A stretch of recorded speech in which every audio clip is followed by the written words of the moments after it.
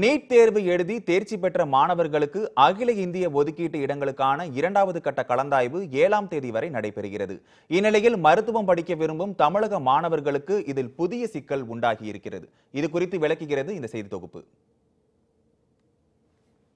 அகில இந்திய ஒதுக்கீட்டின் கீழ் மருத்துவ சேர்க்கையில் இடங்களை தேர்வு செய்யும் மாணவர்கள் அதற்கு பிறகு நடக்கும் மாநில கலந்தாய்விலோ அகில இந்திய கலந்தாய்விலோ கலந்து கொள்ள முடியாது என்ற அறிவிப்பை வெளியிட்டிருக்கிறது இந்திய சுகாதாரத்துறை இயக்குநரகம்.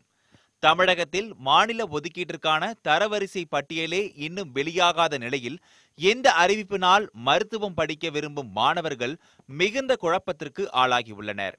இப்போ நாங்கள் இருக்க என்ன கன்ஃபியூஷன்னா, இப்போ ஸ்டேட் கவுன்சிலிங்காக வெயிட் பண்ணலாமா, செகண்ட் கவுன்சிலிங் அப்ளை பண்ணலாமா, பண்ணால் என்ன பிரச்சனை வரும்ன்ற கிளியர் கட் டெசிஷனும் கிடையாது. ஸோ இப்போ இங்கே ஆல்ரெடி இருக்க கன்ஃபியூஷனில் யாருமே எங்களுக்கு கரெக்டாக நீங்கள் அப்ளை பண்ணுங்கள், அப்ளை பண்ணாதீங்க, இதனால் உங்களுக்கு இந்த பிரச்சனை வரும்னு கிளியராக சொல்ல மாட்டாங்க.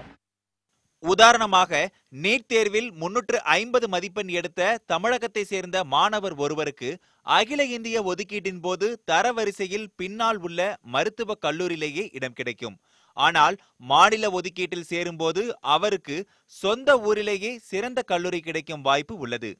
ஏற்கனவே முதற்கட்ட கலந்தாய்வின் போது தமிழகத்தில் உள்ள 8 நிகர்நிலை பல்கலைக்கழகங்களில் உள்ள இடங்களில் 80% இடங்கள் பூர்த்தி ஆகாத நிலையில் சுகாதாரத்துறை இயக்குநரகத்தின் இந்த அறிவிப்பின் பின்னணியில் வணிக நோக்கம் இருப்பதாக கூறுகிறார் கல்வியாளர் நெடுஞ்செழியன்.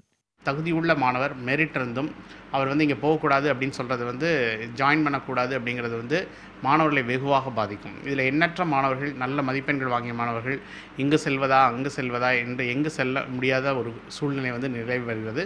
இதை மாநில அரசு முக்கியமாக தரவரிசை பட்டியலில் வெளியிட்டாங்கன்னா அந்த மாணவர்களுக்கு அட்லீஸ்ட் இந்த சீட்ஸில் நம்ம இருக்கோம் இல்லைங்கிறதாவது ஒரு கிளாரிட்டி கிடைக்கும்.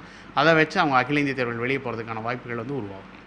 மருத்துவ கனவுகளோடு வலம் வரும் திவாகர் போன்ற ஏராளமான மாணவர்கள் மாநில கலந்தாய்விற்காக காத்திருப்பதா அல்லது அகில இந்திய ஒதுக்கீட்டிற்கு சென்று இடங்களை உறுதி செய்வதா என்று தெரியாமல் நடுவில் சிக்கி தவிக்கின்றனர்.